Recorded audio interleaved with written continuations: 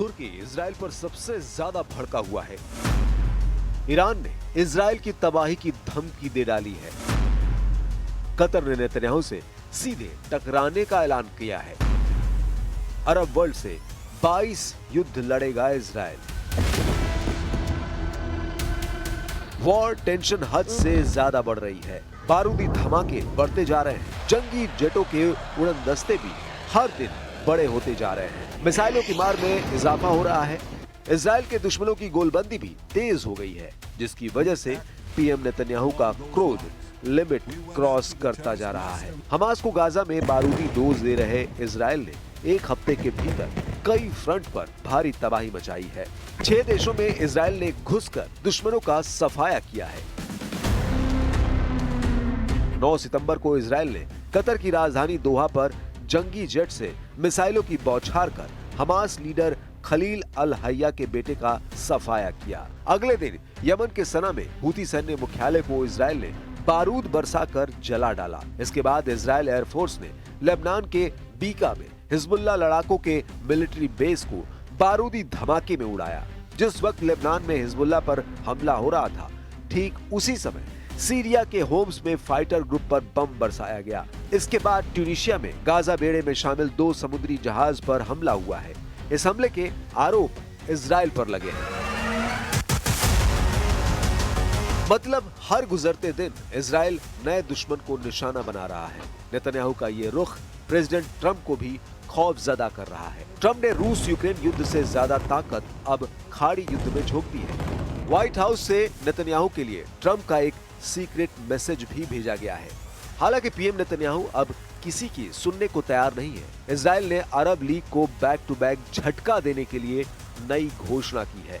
Netanyahu ने West Bank पर बसे इलाकों के विस्तार के लिए एक समझौते पर हस्ताक्षर किया है। इस कार्यक्रम के दौरान उन्होंने जो ऐलान किया है, उससे पूरे अरब वर्ल्ड में हड़कंप मच गया है। नेतन्याहू का ये बारूदी बयान 22 देशों में युद्ध की आग भड़का सकता है। אנחנו אמרנו, לא תקום מדינה פלסטינית, ואכן לא תקום מדינה פלסטינית.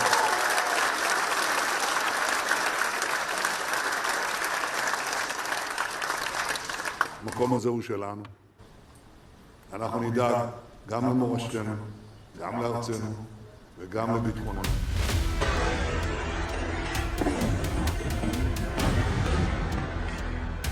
नेतन्याहू ने वेस्ट बैंक पर इजराइल के टोटल कब्जे की मुहर लगा दी है, जिससे फिलिस्तीन का फ्यूचर डार्क दिखने लगा है। हालांकि फिलिस्तीन के लिए इजराइल से भिड़ने के सिग्नल 22 देशों ने दिए हैं। इजराइल को अब कैसे दुश्मनों से युद्ध लड़ना होगा, इसे जाने उससे पहले जानिए आखिर ट्रंप क्यों बैकफुट पर है।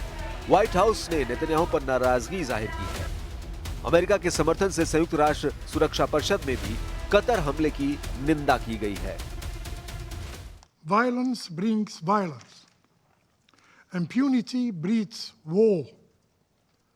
Silence in the international community and of this very Security Council fuels chaos. And yet, this very council remains constrained, unable even to name the aggressor, to qualify aggression as a violation of international law. Qatar पर जिस भीषण अंदाज में Israel ने धावा बोला है, उससे ट्रंप के होश उड़े हुए हैं, क्योंकि कतर में सुपर पावर का मिलिट्री हेडक्वार्टर है। जिस देश में अमेरिका के 8000 से ज्यादा सैनिक हैं, वहां हमला होने से ट्रंप का दिमाग गर्म हो गया है। हालांकि उन्हें गुस्से का घूंट निगलना पड़ा है, क्योंकि नेतन्याहू ने कतर पर हमले को अमेरिका की ही रणनीति करार दे दिया है। नेतन्याहू ने 9/11 की याद दिलाते हुए ट्रंप को मैसेज दिया है कि जैसे अमेरिका ने 11 सितंबर के आतंकी हमले के बाद यूएनएससी में प्रस्ताव पारित कर आतंकियों को दूसरे देश में घुसकर मारा, वैसे ही इजराइल हमास कमांडरों को मार रहा है। नेतन्याहू यही नहीं रुकने वाले। उन्होंने ये धमकी भी दी है कि जितने भी देश हमास को समर्थन दे रहे हैं या हमास लीडर को बचा रहे हैं, उन सबको बारी बारी से इजराइल दहलाएगा। उधर मुसलमान देशों ने भी कतर को भड़काना शुरू कर दिया है। मिडिल ईस्ट आई की रिपोर्ट के मुताबिक तुर्की, ईरान, पाकिस्तान, सऊदी अरब और संयुक्त अरब अमीरात कतर को इजराइल पर सैन्य कार्रवाई का प्रेशर बना रहे हैं। कतर में पाकिस्तान के प्रधानमंत्री शहबाज शरीफ मुसलमान देशों की गोलबंदी करने पहुंचे हैं। दोहा में शहबाज शरीफ ने इजराइल को सबक सिखाने के लिए सभी मुसलमान देशों से एकजुट होने की अपील तक कर डाली है। कतर के अमीर शेख तमीम बिन हमद अल थानी से मुलाकात के बाद शहबाज इजराइल पर जमकर बरसे हैं। मुस्लिम देश कतर को इजराइल पर हमले का अभी सही वक्त बता रहे हैं, साथ ही हमले को जायज ठहराने के कारण भी गिना रहे हैं।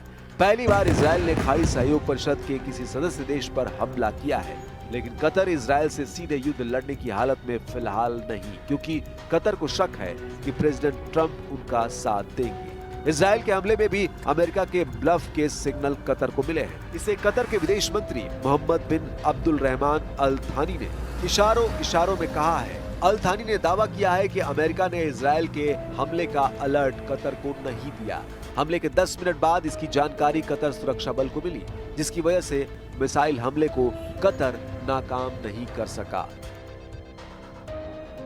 The attack happened at 3:46.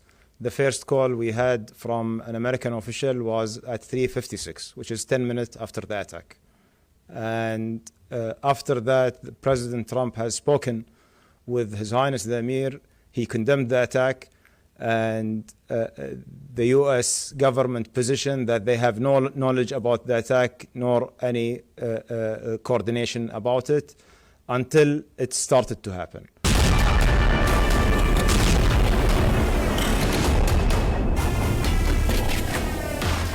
Qatar को अमेरिका पर डाउट ही डाउट है। इसकी बड़ी वजह ईरान इजराइल युद्ध के वक्त कतर पर हुआ हमला माना जा रहा है। जब अमेरिका ने ईरान के एटमी ठिकानों पर B-2 बॉम्बर से बंकर बस्टर बम बरसाए थे, तब उसके जवाब में ईरान ने कतर में अमेरिका के बेस पर मिसाइल हमला किया था। उस वक्त हुए हमले का अलर्ट अमेरिका ने सही वक्त पर देकर हमला नाकाम किया था। अमेरिकी राडार ने तब ईरान की मिसाइलों को पकड़ा और उन्हें हवा में ही मार गिराया गया, लेकिन इजराइल के हमले के वक्त एक भी मिसाइल की भनक कतर को नहीं लगी। सबसे ताज्जुब की बात यह है कि कतर कोई कमजोर सैन्य क्षमता वाला देश नहीं। कतर के पास दुनिया के सबसे एडवांस फाइटर जेट्स हैं, उसके पास राफेल लड़ाकू विमान है, उसके पास F-16 है और उसके पास यूरो फाइटर भी है।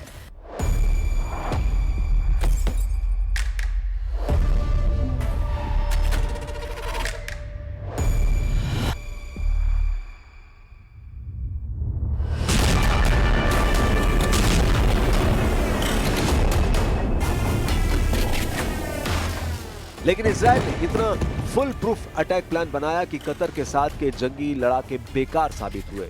इजराइल ने F-15, F-16 और F-35I स्टील्थ लड़ाकू विमानों से दोहा को टहलाया। इजराइल ने कतर पर हमले को समिट ऑफ फायर नाम दिया, जिसमें 15 जंगी जेट से मिसाइलों की बौछार कर हमास पर हमला किया गया। कतर हमले के बाद हमास ने भी इजराइल से बदला लेने का ऐलान किया है। हमास लीडर फाजी बरहाम ने नेतन्याहू को युद्ध में हराने की चुनौती दोहराई है।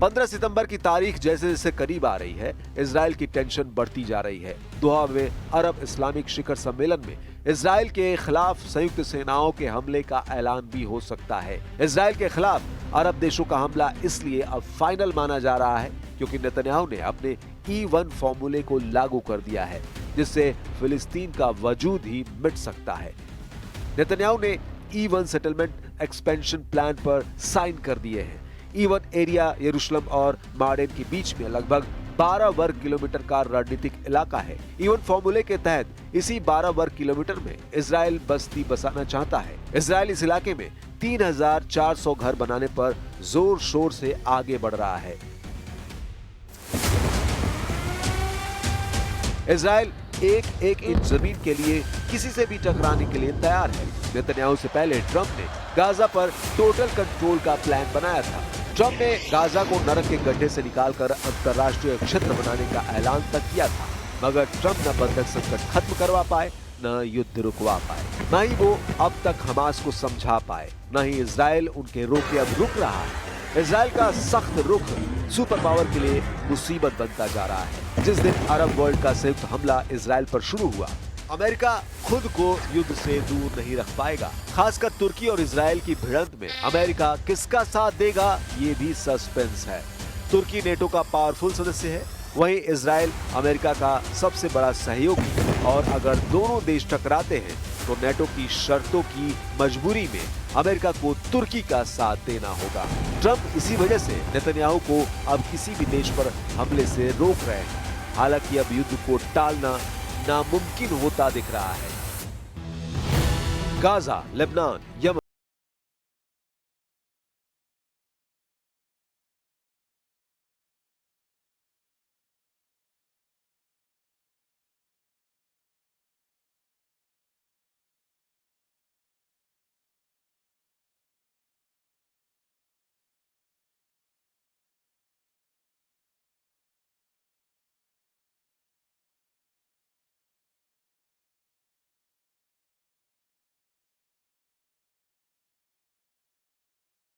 learning about the Israeli attacks in Qatar, a country that has been playing a very positive role to achieve a ceasefire and release of all hostages.